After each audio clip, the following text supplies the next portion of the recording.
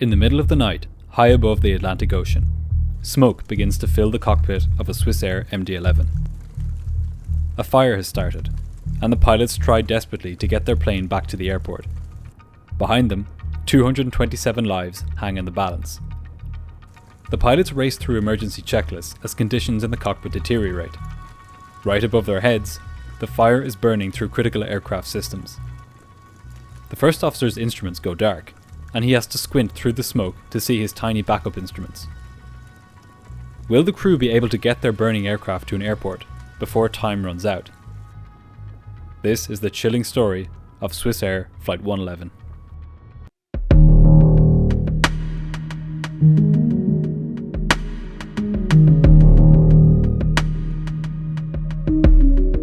On the night of September 2nd, 1998, 215 passengers and 14 crew boarded Swissair Flight 111 at John F. Kennedy International Airport in New York.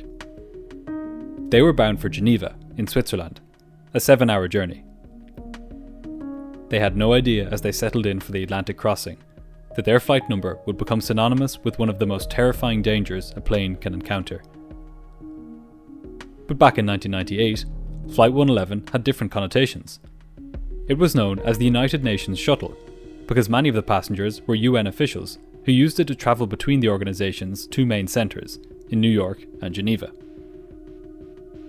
The majority of the passengers on board were from the United States, France and Switzerland, though in all there were 21 different nationalities on the flight.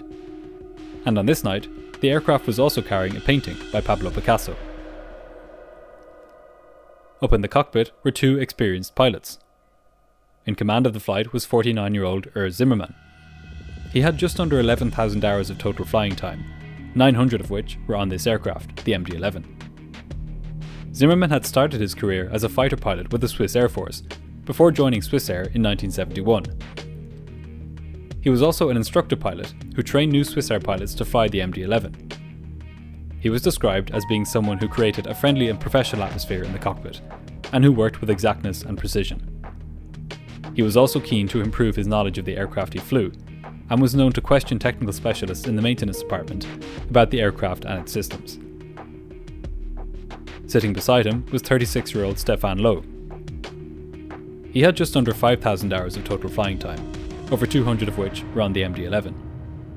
He too had started his flying career with the Swiss Air Force, and had been a fighter pilot for several years before joining Swissair in 1991. Like the captain, he was also an instructor pilot on the MD-11, and before flying this aircraft, he had flown the Airbus A320 and MD-80. He was described by colleagues as being a partner in the cockpit, with a quiet and calm demeanour, but who could be assertive when appropriate. In other words, the passengers could not have been in safer hands for this transatlantic crossing. This episode's sponsor is War Thunder. War Thunder is the most comprehensive online vehicle combat game ever made, with more than 2,000 vehicles, including planes, helicopters, tanks, and ships. I really like how customizable the vehicles are. You can apply hundreds of camouflages, and you can put things like bushes and equipment on your vehicle to hide it in the terrain. I've also enjoyed how much interaction there is between all the vehicles in the game. It's free to download and play on PC, Xbox Series X or S, PlayStation 5, and the previous console generation. Click my link in the video description to play War Thunder for free. You get a large free bonus pack by signing up with my link, which includes multiple premium vehicles, a premium account, boosters, and much more. Just after 8 PM that evening, Flight 111 pushed back from the gate at JFK, with over 63,000 kilograms of fuel in its tanks. This aircraft was a 7-year-old McDonnell Douglas MD-11. The MD-11 was a relatively new aircraft in 1998, having been released only 8 years previously. It had a modern so-called glass cockpit, with digital displays and a sophisticated navigation and autopilot system. Its 3 engines also made it a fuel-efficient alternative to 4-engine jets like the Boeing 747. Swissair had fitted the first and business class section of this particular aircraft with in-flight entertainment displays. Hardly a marvel nowadays, they were an innovation in 1998, and Swissair was one of the first airlines to implement them. They allowed passengers to watch movies, play games, and even access the internet from their seats. As innocent as they seemed, on this night, these additions to the aircraft would end up putting the lives of everyone on board in grave danger.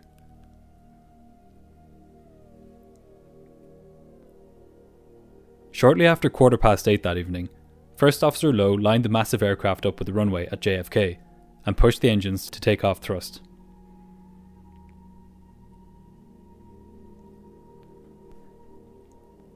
On takeoff, the aircraft performed normally.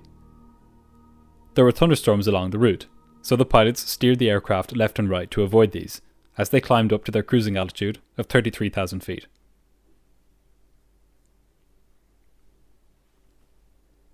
About 45 minutes later, at just before 9 PM that night, the captain contacted Moncton Air Traffic Control in Canada and informed the controller that he was level at 33,000 feet. They were well and truly on their way now. In less than 6 hours, they would be back on the ground in Geneva.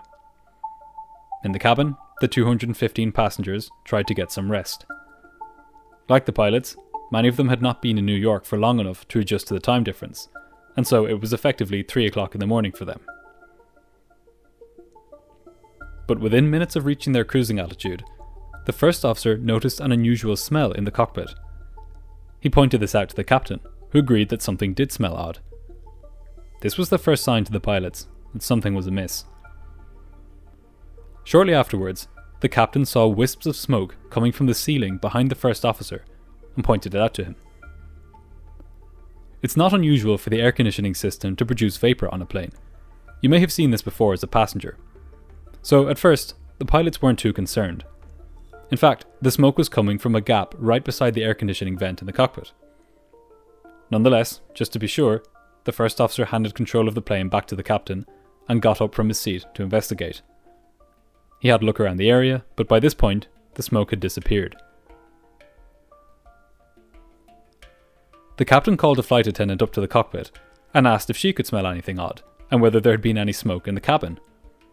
She said that she could smell something in the cockpit, but that there was no smell in the cabin and no sign of smoke. Air conditioning, is it? Yes. The flight attendant then returned to the passenger cabin, and the pilots settled back into their seats.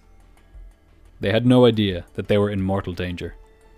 Right above their heads, in the space between the cockpit ceiling and the skin of the aircraft, a fire had started.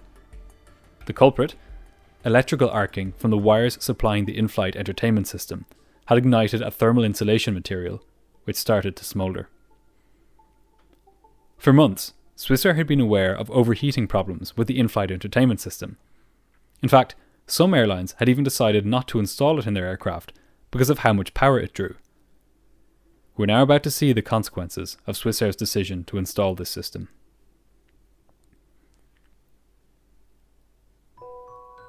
The pilots were falsely reassured that the smoke was likely from the air conditioning system. But just to check, they brought up the air page on the system display in the centre of the cockpit. This showed them the status of the air conditioning and ventilation systems. They found nothing out of the ordinary here, nothing to give them a clue as to the source of the smoke they had seen. This came as a relief. Whatever they saw and smelled was likely nothing more than an air conditioning anomaly, and one that wasn't even significant enough to show signs of its existence on their instrumentation.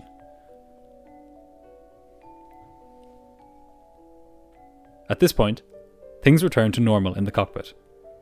The captain turned on the passenger seatbelt signs when the plane encountered some turbulence, and he fetched updated weather information for the Atlantic.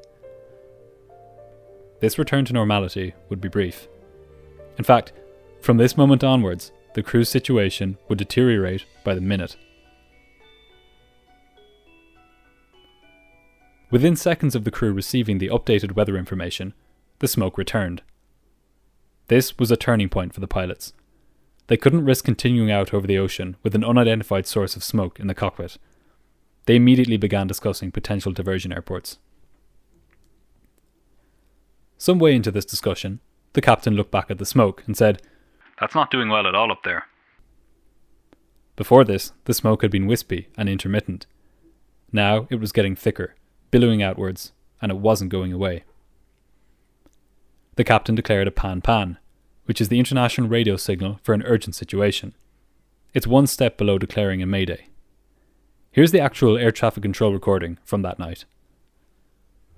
Swissair 11 Heavy is declaring pan after smoke in the cockpit. Request immediate return towards convenient place, I guess, Moscow. Swissair MD-11, roger. Turn right to proceed, you say to Boston you want to go? I guess we need first the weather, so we start a right turn now, Swissair 111 heavy. Swissair MD-11, roger, and descent to flight level 310, is that okay? 310.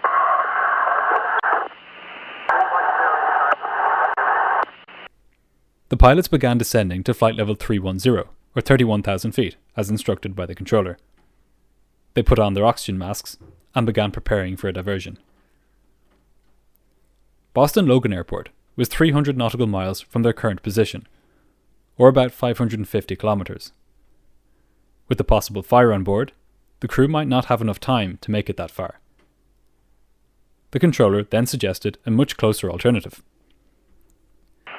Swissair 111 Center. Swissair 111 heavy, go ahead. Would you prefer to go into Halifax? Stand by. Halifax was just 60 nautical miles from the plane, 5 times closer than Boston, but the crew were unfamiliar with it. If they made an approach to Halifax, they would have to scramble to fetch the charts from the library at the back of the cockpit, familiarise themselves with the approach procedures and airport layout, begin a rapid descent towards the airport, and set the plane up for landing, all while carrying out the emergency checklist for unidentified smoke. In other words, the workload required for an approach into Halifax was immense. However, the pilots knew that if they did indeed have a fire on board, they may not have a choice. In a fire, every second counts. Based on this, the crew made their decision. They were going to attempt to land at Halifax. Affirmative, Swissair 111 heavy, we prefer Halifax from our position. Swissair 111, roger. Proceed to Halifax, descend now to flight level 290. Level 290 to Halifax, Swissair 111 heavy. The first officer put an altitude of 29,000 feet into the autopilot, and the pilots began preparations to land at Halifax. The atmosphere in the cockpit was calm but focused. A rapid diversion like this would be demanding even if it wasn't being carried out in the potential presence of a deadly fire. Aware that the crew of Flight 111 would be extremely busy preparing their aircraft for an immediate landing, the pilots of a nearby British Airways aircraft offered to help them out by providing the weather at Halifax. And that's 111 from Speedbird 214, I can give you the Halifax weather if you like. Swissair 111 heavy, off the mask on the go ahead with the weather. Okay, it's the 300 Zulu weather was 100 at 9 knots, 15 miles, scattered at 120, broken at 250, plus 17, plus 12, 2980 over. Roger, Swissair 111 over, heavy, we copied the altimeters 2980. This saved the pilots from having to manually fetch the weather and bought them precious time to carry out their checklists. The controller then cleared them down to 10,000 feet. Swissair 111, you're cleared to 10,000 feet, and the altimeter is 2980. 2980, 10,000 feet, Swissair 111. As part of standard procedure for any aircraft in an urgent situation, the controller asked the pilots for the amount of fuel they had on board and the number of passengers. But the crew were too busy to check this information. They had to triage. What was essential for them to get done, and what could wait? Right now, the only thing that mattered was getting the plane down quickly for landing in Halifax. The first officer put the aircraft in a steep descent, losing 4,000 feet in altitude every minute. He changed the selected speed on the autopilot from 295 knots to 310 knots in an effort to reach Halifax more quickly. But given how fast the plane was descending, it had started to speed up even beyond this. The captain warned the first officer against letting the plane get too fast, as doing so could damage it. He extended the speed brakes on the wings to stop the plane from overspeeding, but still there was a careful balance to be struck. Go too fast and risk damaging the aircraft, or go too slow and risk having the plane be engulfed in flames. The captain told the chief flight attendant that there was smoke in the cockpit, and that he should prepare the cabin for a landing in Halifax in the next 20 minutes. In the passenger cabin, there was no sign of smoke or fire. To the passengers, the diversion to Halifax would have been nothing more than an annoying inconvenience. They were completely oblivious to the gravity of their situation. As the captain was fully occupied with emergency checklists and airport charts, he assigned both the flying duties and the radio duties to the first officer. The flight was then transferred over to a different controller, and the first officer made contact. Moncton Center, good evening. Swissair MD-11 Heavy, flight level 254, descending flight level 250, on course side effects. We are flying at the time on track 050. Swissair MD-11, good evening, descend to 3000, the altimeter is 2979. We would prefer at the time around 8,000 feet, 2980 until the cabin is ready for the landing. Swissair MD-11, you can descend to 3 and level off at an intermediate altitude if you wish, just advise.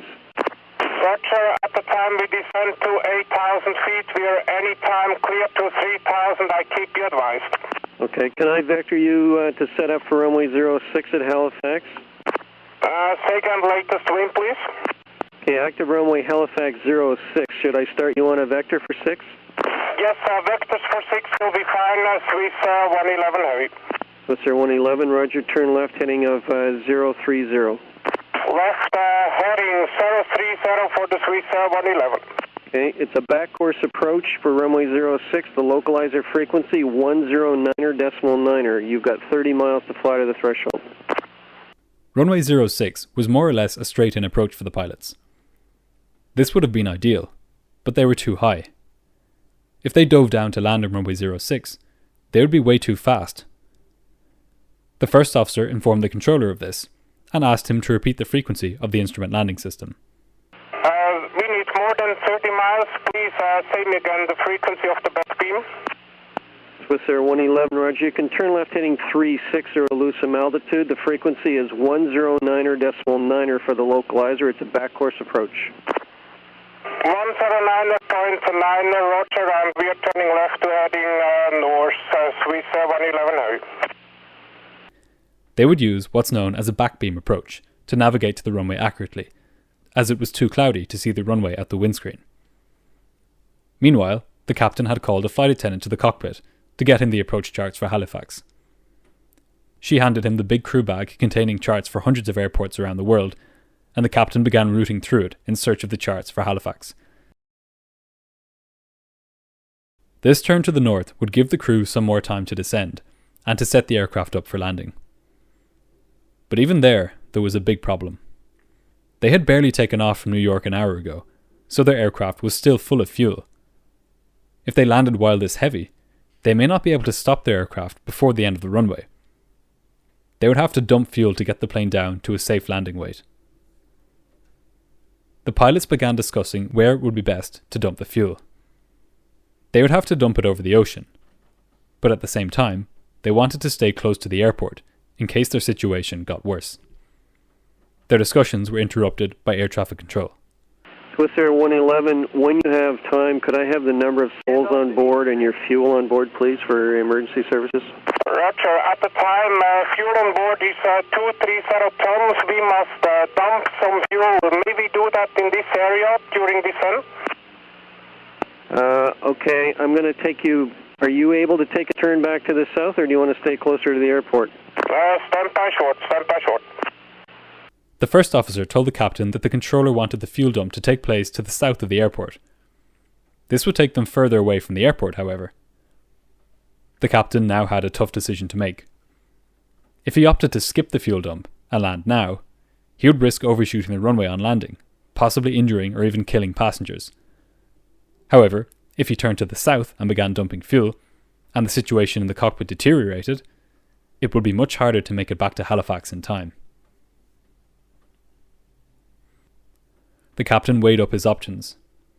He had a potential fire on board, but there was no smoke in the cabin, and the smoke in the cockpit wasn't that bad. His aircraft was overweight, and he still had dozens of checklist items to get through just to get the aircraft set up for landing. He didn't want the plane to burn up before it could get to the airport, sure, but he also didn't want to land at an unfamiliar airport, overweight and underprepared. The best option, he figured, was to dump the fuel. This would achieve two aims. It would give him the time to set the plane up for landing, and it would get the plane light enough so that landing would be safe. The first officer agreed and contacted air traffic control. Okay, we are able for left or right turn towards the south to dump. Swissair 111, roger.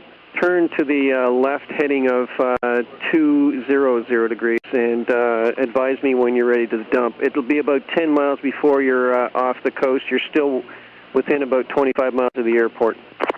Roger, we are turning left, and in that case we are descending at the time only to 10,000 feet to dump the fuel.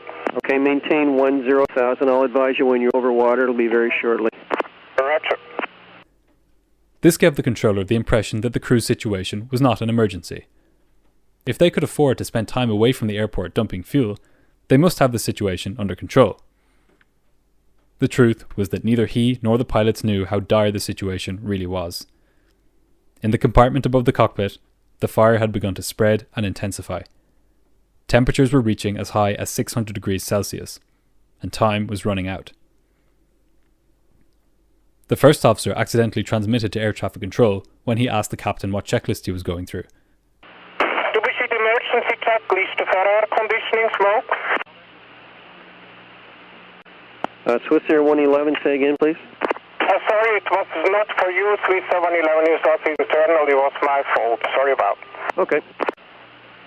This is a copy of the checklist the captain was working through, the emergency checklist for air conditioning smoke.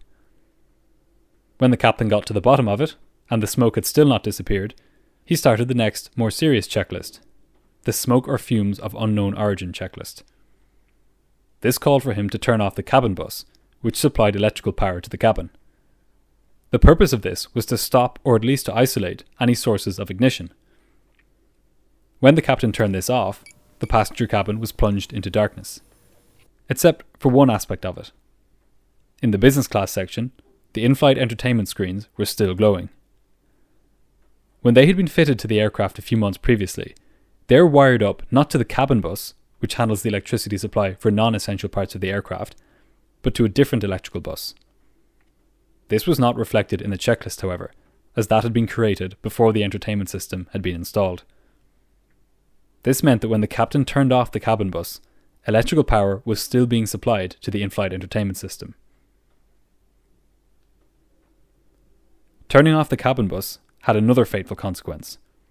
It disabled the recirculation fans, which, up until that point, had been drawing the air rearward into the space above the passenger cabin. Now that the fan was off, the smoke was free to move forwards, towards the cockpit.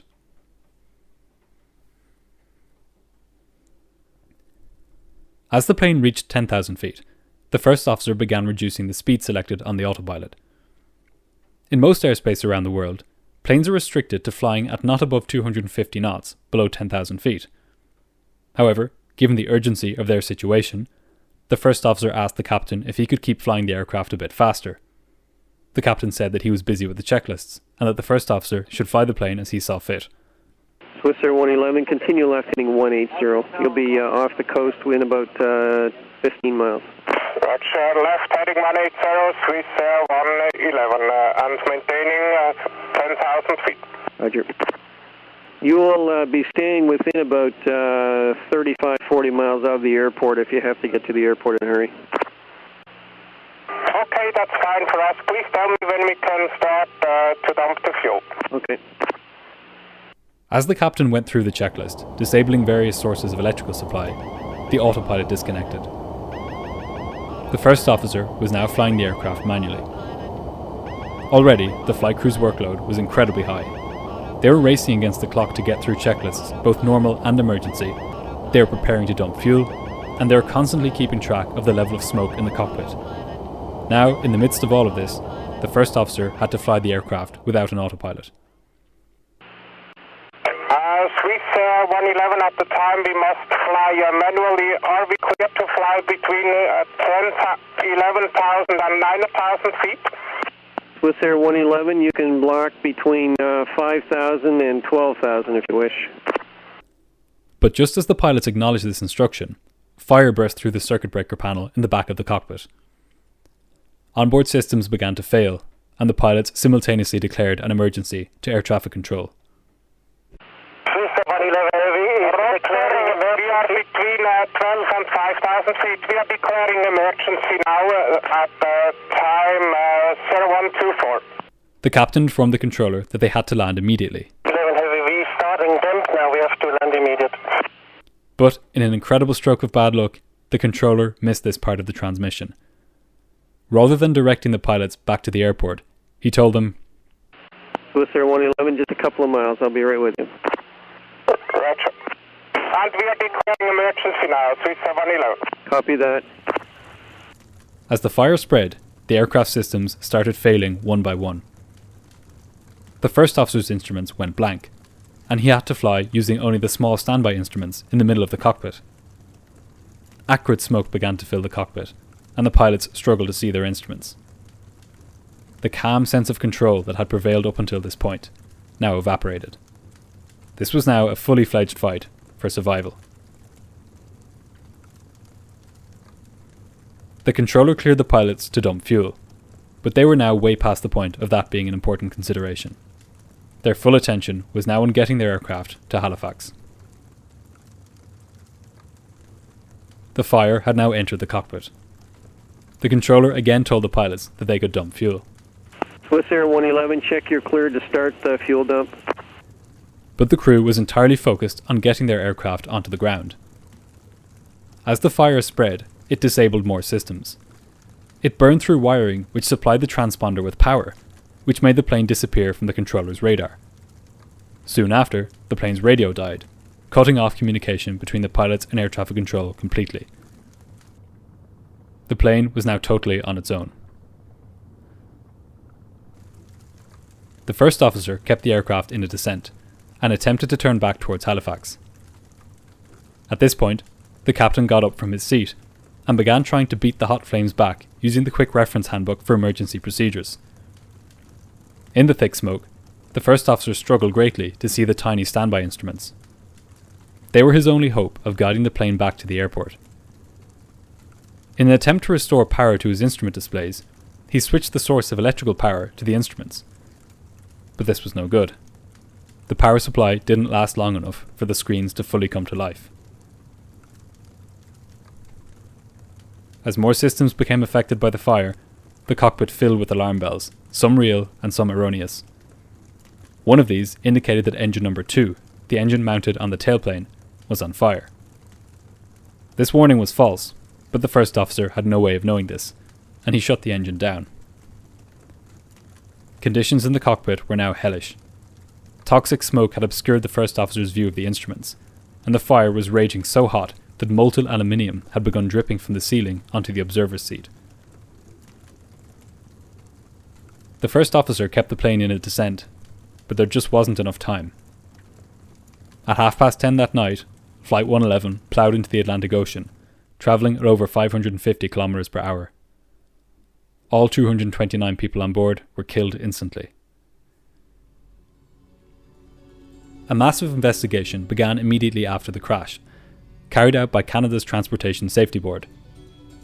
Over the course of a year, an extensive trawling operation had managed to dredge up 98% of the aircraft by weight from the bottom of the ocean. After painstakingly examining kilometres of electrical wiring, they finally found what they were looking for. A bundle of wiring which powered the in-flight entertainment network had short-circuited.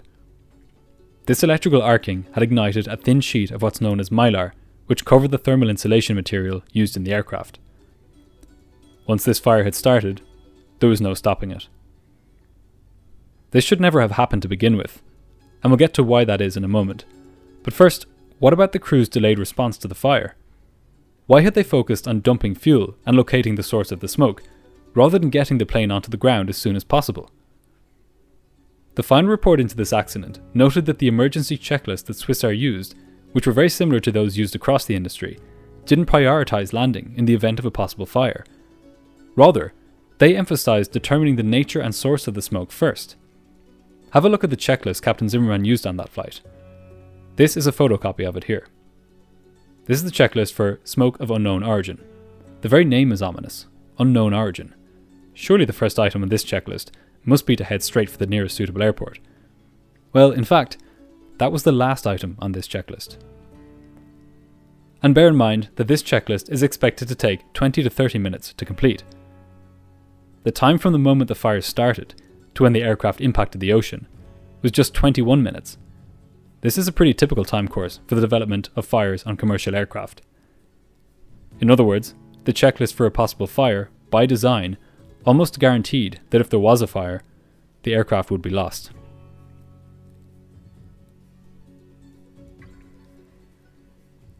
But tragically, investigators found that even if the crew had started an emergency descent into Halifax from the moment they first smelled smoke, they would still not have had enough time to make a landing.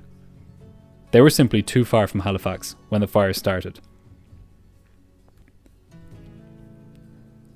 The reason for that is that despite passing safety tests, mylar, which is the metallic material the aircraft's insulation blankets were wrapped in, was prone to catching alight when exposed to electrical arcing. This went against almost every element of aircraft design, and its discovery by the investigation team led to a worldwide change in the certification requirements for the materials which go into aircraft. As well as this, the crash of Swissair Flight 111 had a massive influence on the way onboard fires are treated in aircraft today. In fact, it completely changed the attitude in the industry. Nowadays, when a fire is suspected, pilots are trained to land immediately. What's more, checklists for fire and smoke now prioritise firefighting by the cabin crew and pilots, using the portable fire extinguishers carried on board. Today, all insulation materials used on commercial aircraft must be shown not to ignite or propagate flame, even when they're directly exposed to flame or electrical arcing. Smoke detectors are now installed in various parts of aircraft to provide crews with earlier warning if there is a fire. These changes were some of the most wide-reaching of any to come from a single aircraft accident. Because of them, and it must be said, because of the ban on smoking on commercial aircraft, the chances of losing your life on an aircraft due to a fire are lower now than at any point in history. Thanks again to War Thunder for sponsoring this video. Click my link in the description box to play War Thunder for free on PC, PlayStation or Xbox. There's a big free bonus for using this link, which includes multiple premium vehicles, a premium account, boosters and much more. And I should also mention that you don't need any special hardware to play. A mouse and a keyboard is all you need. Special thanks to the Patreon and YouTube members for helping to make this video possible. If you'd like to see more of these videos, consider supporting the channel on Patreon. I've put the link here on screen. I'd especially like to thank Joey, Steve Wilcox and JB Funk for their very generous support. Green Dot Aviation now has a Discord server, so if you'd like to join a growing community of people discussing all things aviation, just tap the link in the video description and I'll see you there. Thanks again for watching, and I'll see you soon for the next episode.